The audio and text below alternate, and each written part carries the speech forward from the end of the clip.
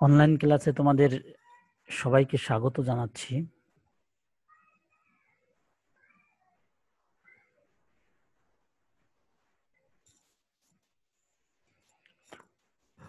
তোমাদের আজ পদার্থবিজ্ঞান প্রথম পত্রের ৪র্থ অধ্যায় নিউটনীয় বলবিদ্যার ৭ নং ক্লাস নিব। তো এই ক্লাসে তোমরা যেটি জানতে পারবে তা হলো ঘূর্ণন গতির ক্ষেত্রে নিউটনের গতিসূত্র। অর্থাৎ আমরা দেখে আসছি যে রৈখিক গতির ক্ষেত্রে নিউটনের গতিসূত্র আমরা ৩টে সূত্র জানি, তো ঘূর্ণন গতির ক্ষেত্রে এরকম ৩টে সূত্র আছে, সেই সূত্র ৩টে সম্পর্কে আলোচনা করব।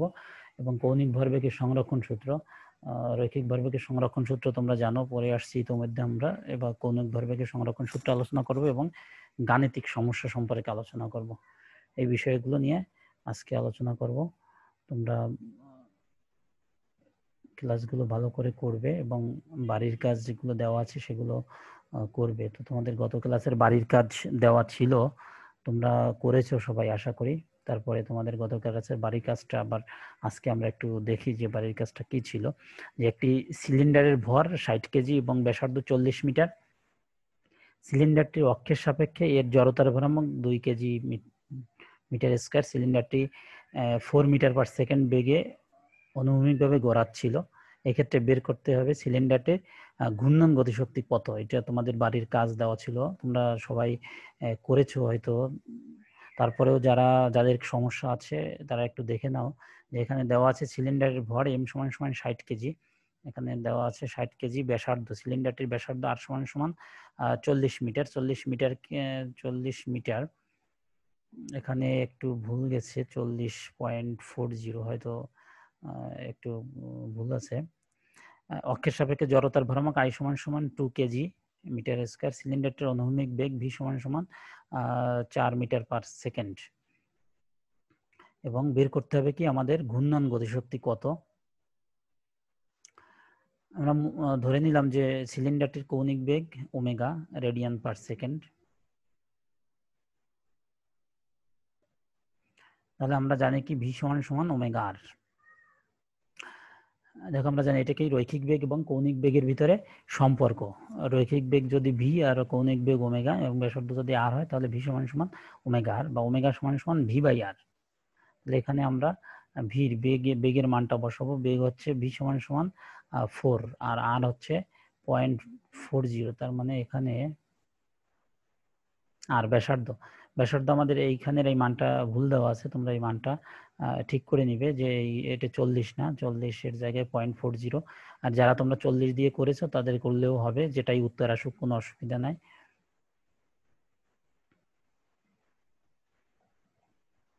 তাহলে এই মানটা আমরা বসালে ওমেগার মান কত পাবো? ওমেগা সমান সমান 10 রেডিয়ান পার সেকেন্ড। আর এডি রেড পার সেকেন্ড, রেড হচ্ছে রেডিয়ান পার সেকেন্ড। আর যারা তোমরা এখানে 40 দিয়ে করেছো তাদের অন্য উত্তর আসবে, অসুবিধা নাই, যে কোনোটাই ব্যবহার করতে পারো। এবং সিলিন্ডারটির গতিশক্তি আমরা কত জানি? গতিশক্তি ই সমান সমান হাফ আই ওমেগা স্কয়ার। আমরা গত ক্লাসে এই প্রমাণটা আমরা দেখেছি যে ই সমান সমান হাফ আই ওমেগা স্কয়ার। ই হচ্ছে গতিশক্তি বা কাইনেটিক এনার্জি, কে ই তোমরা লিখতে পারো বা ই কে যে কোনো কিছুই লিখতে পারো। হাফ আই হচ্ছে জড়তার ভ্রামক আই, আর ওমেগা হচ্ছে তার কৌণিক বেগ ওমেগা স্কয়ার। তাহলে এই মানগুলো যদি আমরা বসিয়ে দেই এখানে, তাহলে হাফ আইর মান কত? আই হচ্ছে 2। আমরা দেখেছি যে জড়তার ভ্রামক ওখানে দেওয়া আছে 2 আর ওমেগা আমরা পেলাম 10। তাহলে এটা বসালে আমরা পাবো 100 বা 100 জুল। এটা হচ্ছে আমাদের উত্তর।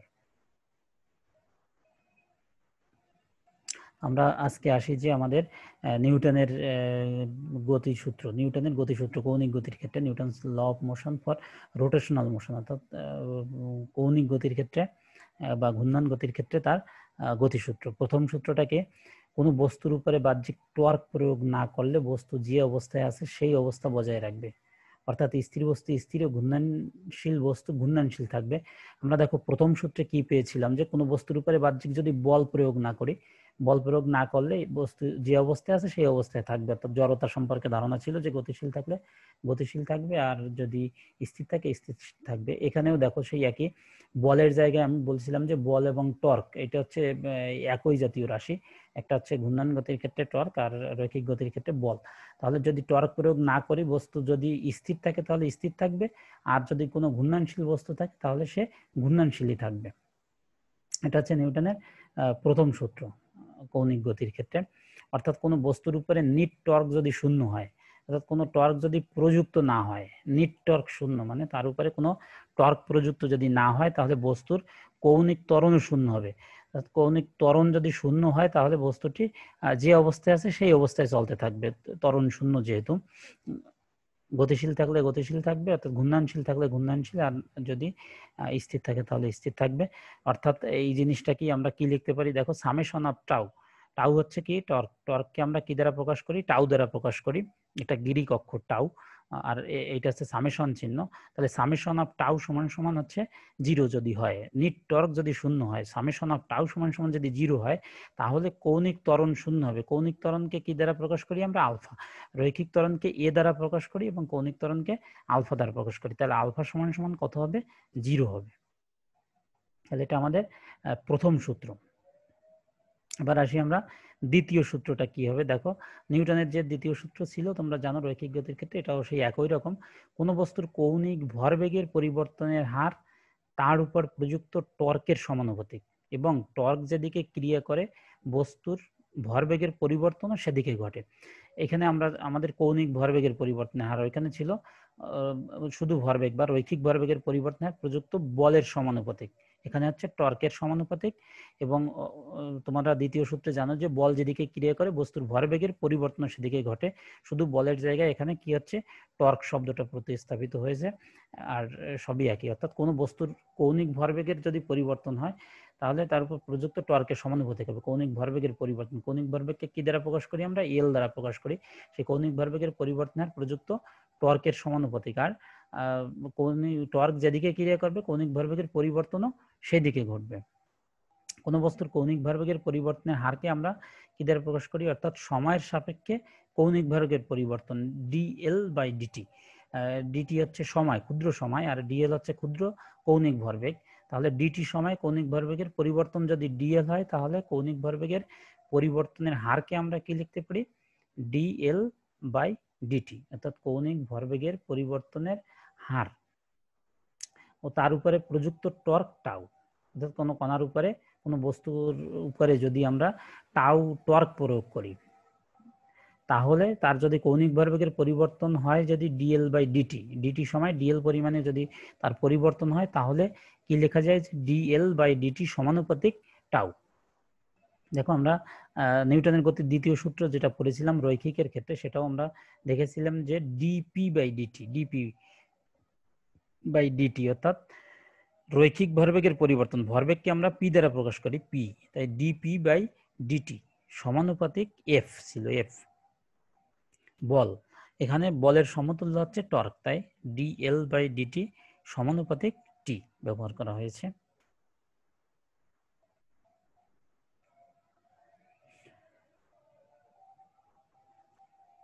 এবার আমরা আসি তৃতীয় সূত্রটা। তৃতীয় সূত্রটায় কি আছে যে একটি বস্তু অপর বস্তুর উপরে টর্ক প্রয়োগ করলে দ্বিতীয় বস্তুটিও প্রথম বস্তুর উপরে সমান ও বিপরীতমুখী টর্ক প্রয়োগ করবে। দেখো আমরা নিউটনের রৈখিক বেগের ক্ষেত্রে নিউটনের যে তৃতীয় সূত্র ছিল সেই তৃতীয় সূত্রটা ছিল একটি বস্তু অপর বস্তুর উপরে যদি বল প্রয়োগ করা হয় তাহলে দ্বিতীয় বস্তুটিও প্রথম বস্তুর উপরে একই এবং বিপরীতমুখী বল প্রয়োগ করবে। তাহলে এখানে সেই বলের জায়গায় হচ্ছে কি টর্ক যদি প্রয়োগ করে, কোনো বস্তু যদি একটি বস্তুর উপরে টর্ক প্রয়োগ করে তাহলে দ্বিতীয় বস্তুটিও প্রথম বস্তুর উপরে একই রকম টর্ক প্রয়োগ করবে, কিন্তু সেটা হবে কি বিপরীতমুখী টর্ক, সমান ও বিপরীতমুখী, অর্থাৎ একই এবং বিপরীতমুখী টর্ক প্রয়োগ করবে সম পরিমাণে।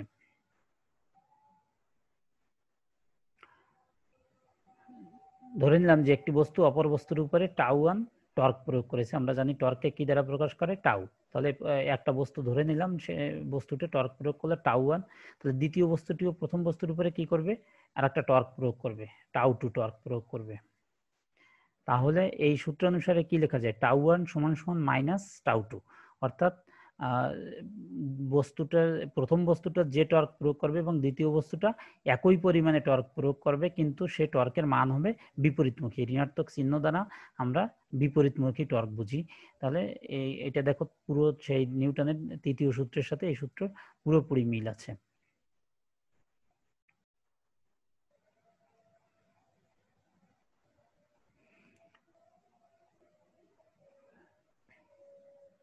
এবার আমরা আসি law of conservation of angular momentum, অর্থাৎ কৌণিক ভরবেগের সংরক্ষণ সূত্র। কৌণিক ভরবেগের সংরক্ষণ সূত্র, আমরা রৈখিক ভরবেগের সংরক্ষণ সূত্র যেটা জানি, কৌণিক ভরবেগের সংরক্ষণ সূত্র একই রকম।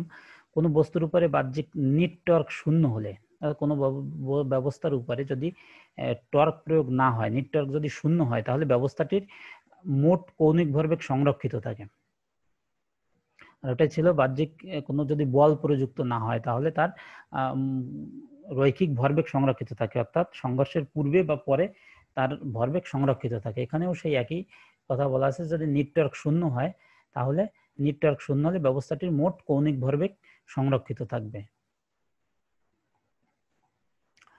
এটাকে যদি আমরা প্রতিপাদন করি, কৌণিক ভরবেগের সংজ্ঞানুসারে আমরা লিখতে পারি কি, কৌণিক ভরবেগ এল সমান সমান আই ওমেগা। আমরা পূর্বেই কিন্তু দেখে আসছি কৌণিক ভরবেগের এইটা, এল সমান সমান আই ওমেগা। এল হচ্ছে কৌণিক ভরবেগ, আই হচ্ছে জড়তার ভ্রামক, আর ওমেগা কৌণিক বেগ যদি হয়, তাহলে এল সমান সমান আই ওমেগা। অর্থাৎ কোনো বস্তু আই যদি তার জড়তার ভ্রামক হয় আর ওমেগা কৌণিক বেগে যদি সে আবর্তন করে, তাহলে তার কৌণিক ভরবেগ এল সমান সমান হবে আই ওমেগা। এই রাশিটাকে আমরা যদি সময়ের সাপেক্ষে ব্যবকলন করে পাই, তাহলে সময়ের সাপেক্ষে যদি ব্যবকলন করি, তাহলে কত আসবে? এল কে ব্যবকলন যদি করি সময় টি এর সাপেক্ষে ব্যবকলন করব, তাহলে আমরা ব্যবকলন জানি কি d by dt. D by dt এটা হচ্ছে ব্যবকলন, ডিফারেন্সিয়েশন, তাই তো? তাহলে আমরা কি লিখতে পারি? D L by dt. D by dt দ্বারা যদি ব্যবকলন করি, ডি এল বাই ডিটি আসবে এখানে, সমান সমান, এখানে দেখো আই এবং ওমেগা। তোমরা যদি সেই ইউভি মেথডেও যদি করে থাকো, তাহলেও তোমরা করতে পারো। আই দেখো এখানে আমি ইউভি পদ্ধতিতে না গিয়ে সরাসরি করা যায়। আই হচ্ছে কি, আই হচ্ছে তার জড়তার ভ্রামক। তাহলে তার সে যে অক্ষের সাপেক্ষে সে ঘূর্ণায়নরত, সে অক্ষ তো পরিবর্তন হচ্ছে না, কাজেই অক্ষ পরিবর্তন না হলে আমাদের জড়তার ভ্রামকেরও কোনো পরিবর্তন হবে না। তাহলে জড়তার ভ্রামক কি হবে? ধ্রুবক। তাহলে জড়তার ভ্রামক যদি ধ্রুবক হয়, তাহলে ধ্রুবকটাকে আমরা ডিফারেন্সিয়েশনের বাইরে নিয়ে আসতে পারি। তাহলে আইটাকে বাইরে রেখে, ওমেগা যেহেতু পরিবর্তনশীল রাশি, তাহলে এইটাকে ডিফারেন্সিয়েশন করব ডি ওমেগা বাই ডিটি, অর্থাৎ d by dt of omega, এটাকে আমরা রাখতে পারি। আর তোমরা যদি ইউভি পদ্ধতিতে করো, প্রথমে আই থাকবে, ওমেগাকে ডিফারেন্সিয়েশন করব, প্লাস ওমেগা থাকবে, আইটাকে ডিফারেন্সিয়েশন করব। তাহলে আইটাকে যদি ডিফারেন্সিয়েশন করি, আই হচ্ছে একটা ধ্রুবক রাশি, তাহলে এর মান শূন্য আসে, তাহলে প্লাস একটা জিরো আসে। সেই অংশটা না দেখালেও চলে, এই জন্য আমরা এভাবেও করতে পারি। তাহলে এখান থেকে আমরা কি লিখতে পারি? ডি এল বাই ডিটি সমান সমান আই আলফা। আলফা দেখো, আলফাকে ডি ওমেগা বাই ডিটি, এই অংশটা হচ্ছে কৌণিক ত্বরণ। কৌণিক ত্বরণ, কারণ কৌণিক বেগের পরিবর্তনের হার সময়ের সাপেক্ষে, ডি ওমেগা বাই ডিটি সময়ের সাপেক্ষে কৌণিক বেগের পরিবর্তনের হারকে আমরা বলি কৌণিক বেগ। তাহলে কৌণিক বেগ আলফা, তাহলে আলফা সমান সমান কত লিখতে পারি? D omega by dt. তাহলে আবার কি জানি, দেখো আই আলফা সমান সমান টাউ টর্ক, এই রাশিমালাটাও আমরা দেখে আসছি, টাউ সমান সমান আই আলফা। তাহলে এটাকে আমরা লিখতে পারি টাউ। প্রযুক্ত টর্ক যদি শূন্য হয়, এখানে বলা আছে কোনো বস্তুর উপরে বাহ্যিক নিট টর্ক শূন্য হলে, অর্থাৎ বাইরে থেকে কোনো টর্ক যদি প্রযুক্ত না হয়, অর্থাৎ প্রযুক্ত টর্ক যদি শূন্য হয়, টাউ সমান সমান যদি জিরো হয়, এই টাউর মান যদি জিরো হয়, তাহলে আমরা কি লিখতে পারি? ডিএল বাই ডিটি সমান সমান জিরো। হয়েছে ডিএল বাই ডিটি, টাউ যদি জিরো হয়, তাহলে এটা জিরো, মানে ডিএল বাই ডিটি সমান সমান জিরো। ডিএল বাই ডিটি যদি জিরো হয়, তাহলে আমরা কি লিখতে পারি? কোনো রাশির ডিফারেন্সিয়েশনের মান যদি শূন্য হয়, তাহলে সেই রাশিটা ধ্রুবক, কেননা ধ্রুবক জিনিসের ডিফারেন্সিয়েশনের মান হয় শূন্য। তাহলে এই ডিফারেন্সিয়েশনের মান যেহেতু শূন্য, তাহলে এল হবে কি? ধ্রুবক। এবার তোমাদের একটা বাড়ির কাজ দিচ্ছি, সৃজনশীল একটা প্রশ্ন। দেখো বাড়ির কাজ তোমাদের, বাড়ির কাজটা তোমরা বাড়িতে এই সৃজনশীল প্রশ্নটা করবে, এরপরে আমরা তোমাদের কতগুলো সৃজনশীল প্রশ্ন নিয়ে আমরা আলোচনা করব। পিকিউ দৃঢ় বস্তুর ভর কেন্দ্র জি, বস্তুটির ভর 10 কেজি এবং চক্রগতির ব্যাসার্ধ 5 মিটার, তাহলে নিচের প্রশ্নগুলোর উত্তর দাও। তোমরা এরকম একটা প্রশ্ন তোমাদের ইতোমধ্যে আমরা করেছি, সমাধানটা করেছি। দেখো গ অংশটা, বি অক্ষটি জি বিন্দুগামী হলে পিকিউ বস্তুটির জড়তার ভ্রামক নির্ণয় করে, এই প্রশ্নটার সমাধান তোমরা ইতোমধ্যে করেছো। আর এই প্রশ্নগুলোর উত্তর দিবে যে চক্রগতির ব্যাসার্ধ কি, চক্রগতির ব্যাসার্ধ আমরা জানি, ইতোমধ্যে পড়েছি, তো সেটা তোমরা বলবে। এবং টর্ক ব্যাখ্যা করো, টর্ক কি, টর্কের সংজ্ঞাটা দিয়ে তার একটু ব্যাখ্যা করতে হবে। আর গ দাগ তোমাদের আগের করা আছে, এবং ঘ দাগে কি আছে, এ অপর একটি অক্ষ 2 মিটার দূরে, এই যে এ অক্ষটা, এই অক্ষটা হচ্ছে 2 মিটার দূরে, এবং বি এর সমান্তরাল, এই বি এর সমান্তরাল আর একটা অক্ষ আছে, এ অক্ষের সাপেক্ষে পি কিউ এর জড়তার ভ্রামক গাণিতিকভাবে ব্যাখ্যা করো। এই এ অক্ষের সাপেক্ষে এই পি কিউ এর জড়তার ভ্রামক কত হবে সেটা আমাদের গাণিতিকভাবে ব্যাখ্যা করতে হবে। তো আশা করি তোমরা এই বাড়ির কাজটি করবে এবং আমাদের কমেন্টে লিখে জানাবে। তো তোমরা সবাই ভালো থাকো, তোমাদের সবাইকে ধন্যবাদ।